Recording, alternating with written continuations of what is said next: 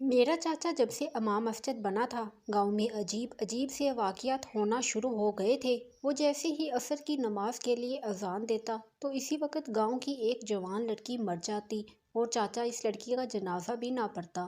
وہ اس لڑکی کی شکل دیکھ کر کہتا کہ یہ بہت ہی گناہ گار لڑکی ہے، میں اس لڑکی کا جنازہ نہیں پڑھوں گا۔ اب تو ہر روز ایسے ہی ہونے لگا تھا۔ سب گاؤں والے بہت پریشان تھے۔ گاؤں کی 5 کنواری لڑکیاں ایسے ہی مر چکی تھی۔ اب تو مجھے بھی ڈر لگنے لگا تھا کہ کہیں میرے ساتھ بھی کچھ ایسا نہ ہو جائے۔ مجھے میرے چاچا پر شک ہونے لگا تھا۔ ایک روز جیسے ہی وہ مسجد میں اذان دینے لگے تو میں بھی اس کے پیچھے چلی گئی، مگر مسجد میں پہنچ کر جو منظر میں نے دیکھا، میرے تو سر پر آسمان ٹوٹ پڑا، کیونکہ میرا نام سمیرہ ہے، میرے ماں باپ اس دنیا میں نہیں تھے، میری عمر 16 سال تھی، میں اپنی دادی کے ساتھ ہی رہتی تھی۔ ہمارے گھر میں زیادہ لوگ نہیں تھے، میرا ایک چاچا تھا جو غیر شادی شدہ تھا اور ہم لوگ ایک گاؤں میں رہتے تھے۔ میری دادی کا کہنا تھا کہ 1-2 سال تک تیری شادی بھی کروں گی، تب میری ذمہ داری بھی ختم ہو جائے گی۔ میری دادی بہت اچھی تھی، میرا بہت خیال رکھتی تھی۔ میرے چاچا کافی سخت مزاج تھے، وہ مسجد کے امام تھے، کہیں آنے جانے نہیں دیتے تھے اور گھر میں بھی کافی پابندیاں لگا رکھی تھی۔ میرے چاچو گھر میں موبائل بھی رکھنے نہیں دیتے تھے، کسی سے دوستی کرنے نہیں دیتے تھے، اچھے کپڑے پہننے سے منع کرتے تھے کہ اس کی کون سی شادی ہو گئی ہے جس نے سج سنور کے اپنے شوہر کو دکھانا ہے۔ ہماری کسی بھی ضرورت کا خیال نہیں کرتے تھے۔ دادی بہت سمجھاتی تھی لیکن مانتے نہیں تھے۔ پھر دادی کہتی تھی کہ 1-2 سال کی بات ہے، پھر تیری شادی ہو جائے گی، پھر تو اپنے شوہر کے گھر چلی جائے گی، وہاں جیسے چاہے گی ویسے رہے گی۔ تیرا چاچا تو ہے ہی ایسا، تو اس کی باتوں کو دل پر نہ لیا کر۔ ویسے یہ الگ بات ہے کہ میرے چاچا کو امام مسجد کا کام ملے ہوئے 1 مہینہ ہی ہوا تھا، اس سے پہلے بھی وہ مولوی تھے، لیکن صرف اپنی حد تک۔ انہوں نے گھر میں ایسی باتیں کر کر کے میری دادی کو بھی اپنے جیسا بنا لیا تھا۔ میری دادی دوپہر کے وقت مجھے کسی کام کو ہاتھ نہیں لگانے دیتی تھی۔ وہ کہتی تھی کہ سخت گرمی میں تم کوئی کام نہ کرو، بس اپنے کمرے میں کچھ دیر آرام کیا کرو، بے شک سو جانا، لیکن نماز سے پہلے اٹھ جایا کرنا۔ یہ وہ ٹائم ہوتا ہے جس میں گاؤں میں بھی زیادہ تر لوگ نظر نہیں آتے تھے، وہی لوگ جو دکان پہ بیٹھے ہوتے تھے یا پھر وہ بھی دکان بند کر کے گھر چلے جاتے تھے۔ پورا گھر سائیں سائیں کرتا تھا۔ لیکن ایک دن گاؤں میں شور پڑ گیا، عصر کی اذان ہوئی، تھوڑا وقت گزرا تھا کہ تھوڑی دیر بعد ایک جنازے کا اعلان ہو گیا۔ جب نام سنا تو حیران رہ گئی، یہ تو ہمارے محلے کی لڑکی تھی، اور وہ بھی جوان، جس کی عمر 17 سال ہوگی۔ میں اور میری دادی فوراً اس کے گھر پہنچ گئے۔ لڑکی کے گھر میں تو کہرام مچا ہوا تھا۔ جوان موت پر ویسے بھی بہت افسوس ہوتا ہے۔ اچھی پیاری لڑکی تھی، اس کی منگنی بھی طے ہو چکی تھی۔ نہ جانے اس کو کیا ہوا کہ وہ اس دنیا سے چلی گئی۔ پوچھنے پر پتہ چلا کہ کوئی پتہ نہیں کیسے مری ہے، لیکن اب اس دنیا میں نہیں ہے۔ اگلے دن بھی ہم لوگ گئے، اس کے ماں باپ کا رو رو کر برا حال تھا۔ ہمارے ہمسائے بنتے تھے، اسی لیے ہم لوگ بھی بڑے اداس تھے۔ میری بھی لڑکی سے بات چیت تھی، کبھی کبھی چھت پہ ایک دوسرے کو دیکھ لیتے تھے تو دور سے سلام دعا کر لیا کرتے تھے۔ آنے جانے سے تو چاچا نے منع کیا ہوا تھا۔ ایک قریبی رشتہ دار سے تھوڑی بہت بات ہوئی تھی، انہوں نے کہا کہ کیسے مری یہ تو پتہ نہیں ہے، بس وہ اپنے کمرے میں لیٹی ہوئی تھی۔ جب ماں بلانے کے لیے گئی کہ بیٹی چائے بنا دے، اس نے آگے سے جواب نہیں دیا۔ جب بیٹی کو ہاتھ لگایا تو اس کا وجود بالکل ٹھنڈا پڑا ہوا تھا اور وہ بیچاری نیند میں ہی اس دنیا سے چلی گئی۔ میری دادی حیران رہ گئی اور میں بھی۔ میری دادی کا کہنا تھا کہ لگتا ہے کوئی سایہ ہو گیا ہوگا اس پہ، اسی نے جان لے لی ہوگی اس کی، ورنہ جوان لڑکی تھی، اس کو کون سا کوئی بیماری تھی۔ ہمارے گاؤں والے یہی کہہ رہے تھے کہ اچانک اذان ہوئی ہے اور 2 منٹ بعد لڑکی بیچاری فوت ہو گئی۔ رات ہوئی تو میں نے دیکھا کہ میرے چچا ادھر ادھر پھر رہے تھے، ان کو نیند نہیں آ رہی تھی۔ میں پانی پینے کے لیے اٹھ گئی تھی۔ میں نے تب سوچا چچا سے پوچھ لوں، شاید کسی چیز کی ضرورت ہو، بس میرا پوچھنا تھا کہ انہوں نے مجھے ڈانٹنا شروع کر دیا۔ انہوں نے کہا کہ تجھے کیا ضرورت ہے میرے معاملے میں بولنے کی، میں جاگ رہا ہوں تو میری مرضی ہے، مجھے کچھ چاہیے ہوگا تو میں خود لے لوں گا، دفع ہو جا، اپنے کمرے میں جا کے سو جا۔ میں حیران رہ گئی۔ میں نے کہا کہ میں نے کیا کیا تھا، میں نے تو صرف پوچھا تھا۔ مجھے ویسے اپنے چچا سے بڑا ڈر لگتا تھا۔ میری آنکھوں میں آنسو آ گئے۔ میں اپنے کمرے میں سو گئی اور صبح کسی کو یہ بات بھی نہیں بتائی، لیکن اگلے دن پھر کچھ ایسا ہوا کہ ہم لوگ حیران رہ گئے۔ اگلے دن بھی یہی ہوا کہ جیسے ہی عصر کی اذان ہوئی، ایک گھر سے اچانک سے چیخنے چلانے کی آوازیں آنے لگیں۔ جب بہت سارے لوگ ایک ساتھ مل کر رو رہے ہوں تو آواز آس پاس گونج جاتی ہے، اور یہ آواز بڑی قریب سے آ رہی تھی۔ میری دادی نے مجھے کہا کہ ذرا اوپر جا کر دیکھ، یہ آواز کس گھر سے آ رہی ہے۔ جب میں نے چھت پر جا کر دیکھا، میرے قدموں تلے سے زمین نکل گئی۔ آواز تو سامنے والے گھر سے آ رہی تھی۔ ان کے گھر میں ماتم پڑا ہوا تھا، اور عورتیں اپنے آپ کو پیٹ رہی تھیں اور رو رہی تھیں۔ میری دادی نے کہا کہ توبہ، یہ کیا ہو گیا ہے؟ ایک جنازہ کل اٹھا اور آج پھر سے یہی سب ہو گیا، وہ بھی اسی ٹائم پر۔ ہم لوگ پھر وہاں پر گئے اور یہاں بھی یہی معاملہ تھا۔ ایک جوان لڑکی اس دنیا سے چلی گئی تھی، 7 بھائیوں کی اکلوتی بہن تھی۔ اس کے ماں باپ نے اسے بڑی منتوں مرادوں سے مانگا تھا۔ اس کے باپ کو بیٹی کا بہت شوق تھا۔ باپ تو بیچارہ سکتے میں چارپائی پر پڑا تھا، اور ماں کا بھی رو رو کر برا حال ہو رہا تھا۔ میری آنکھوں میں بھی آنسو آ گئے تھے۔ یہ لڑکی تو میری جتنی تھی، ہم لوگ اسکول میں ساتھ پڑھا کرتے تھے۔ لڑکی کو دیکھ کر ایسا لگتا تھا کہ جیسے سو رہی ہے۔ نہ اس کے جسم پر کوئی نشان تھا، اور نہ ہی اسے دیکھ کر لگتا تھا کہ وہ بیمار رہی ہوگی۔ بیچاری کی ماں باپ بہت زیادہ رو رہے تھے۔ میرا تو وہاں بیٹھ کے دل ہی خراب ہونے لگا۔ میں نے دادی سے کہا کہ اپنے گھر چلتے ہیں، ہم ان کے لیے ویسے بھی کچھ نہیں کر سکتے تھے۔ ہم لوگ گھر آئے تو میری دادی نے میرے چاچو کو کہا کہ پاس والے جمال کی جوان بیٹی بیچاری دنیا سے گزر گئی ہے، تو ذرا ان کے گھر چلا جا، ہمسائے ہیں، کوئی کام ہوگا تو کر لینا۔ اس نے کہا کہ میرا تو اذان کا ٹائم ہونے والا ہے، ویسے بھی میں کیا کر سکتا ہوں، ان کے 7 جوان بیٹے ہیں، وہ مل جل کر سارے کام کر لیں گے۔ انہوں نے مجھے نماز جنازہ کے لیے بلایا تھا، اور میں نے جنازہ پڑھنے کے لیے بھی انکار کر دیا ہے۔ میری دادی غصے میں آ گئی اور بولی، تو کس طرح کا انسان ہے؟ نماز جنازہ پڑھانا تو نیکی کا کام ہے، اور تو نے انکار کر دیا۔ تب میرے چچا کا کہنا تھا کہ وہ لڑکی بہت ہی گناہگار تھی، میں اس کا جنازہ نہیں پڑھ سکتا، اور نہ ہی بتا سکتا ہوں کہ وہ کیا کرتی تھی۔ میری دادی نے کہا کہ کس طرح کی باتیں کر رہا ہے، اللہ کا نام لیتا ہے، اللہ کی مسجد میں اذان دیتا ہے، تیرا دل اتنا سخت کیوں ہے؟ بیچاریوں کی جوان بیٹی مر گئی ہے اور تو اس پر الزام لگا رہا ہے؟ تیرے دل میں ذرا سا بھی دکھ نہیں آیا؟ اس نے کہا میرے دل میں کون سا دکھ ہے، اچھا ہوا مر گئی۔ اس کے بعد میرا چاچو گھر سے نکل گیا اور مغرب کی اذان دینے چلا گیا۔ اگلے دن بھی ہم لوگ ان کے گھر گئے تھے۔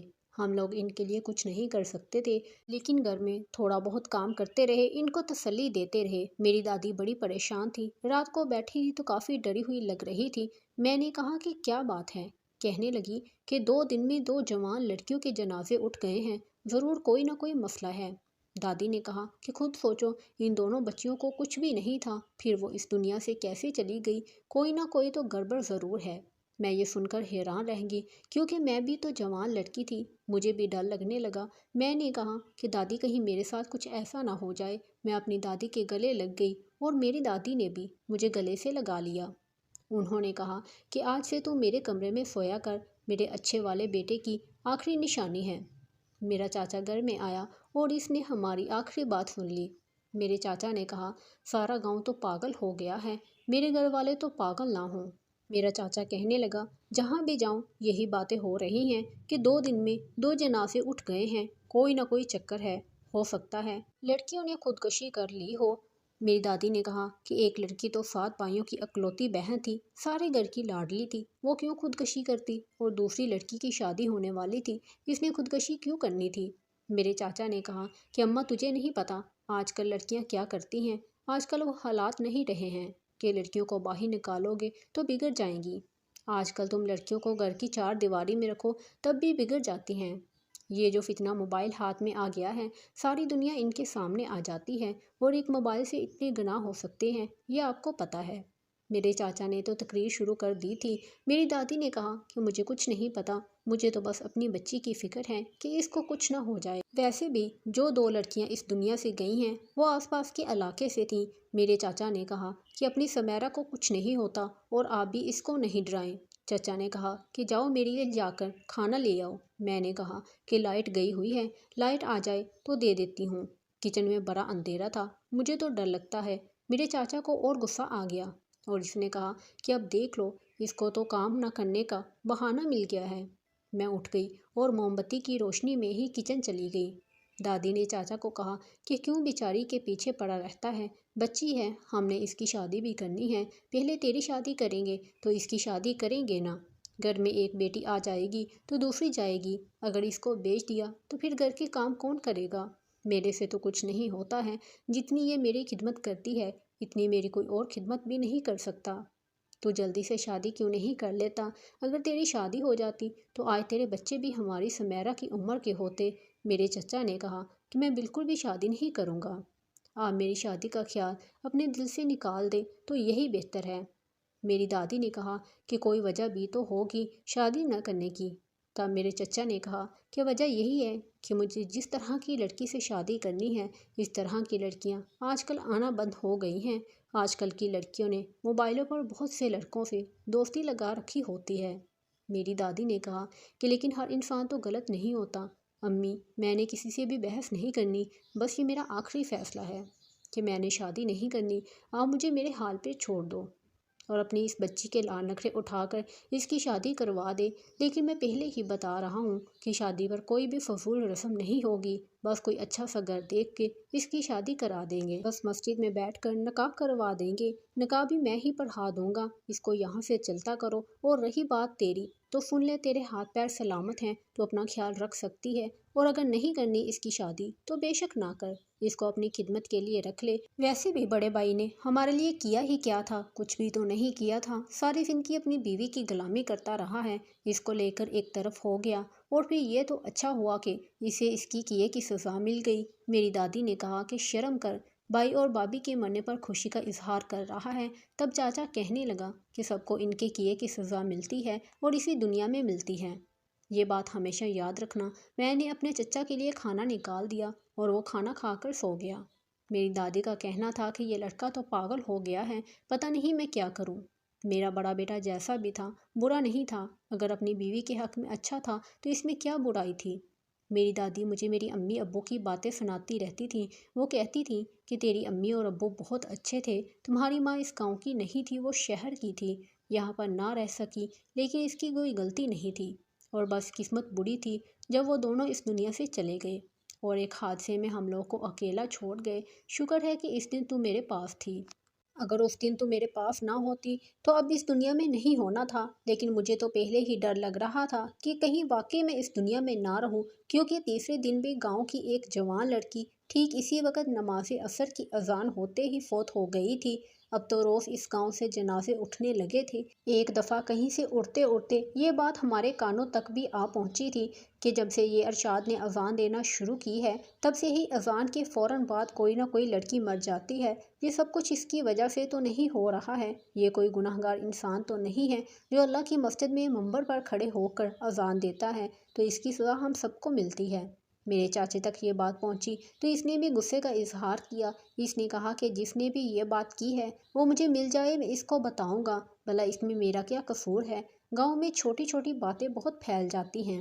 آج کل سب کا موضوع یہی تھا، لوگ عصر کے ٹائم اپنے گھر میں قرآن پاک پڑھنا شروع کر دیتے تھے اور اپنی بیٹیوں کو گھر سے باہر بھی نہیں جانے دے رہے تھے۔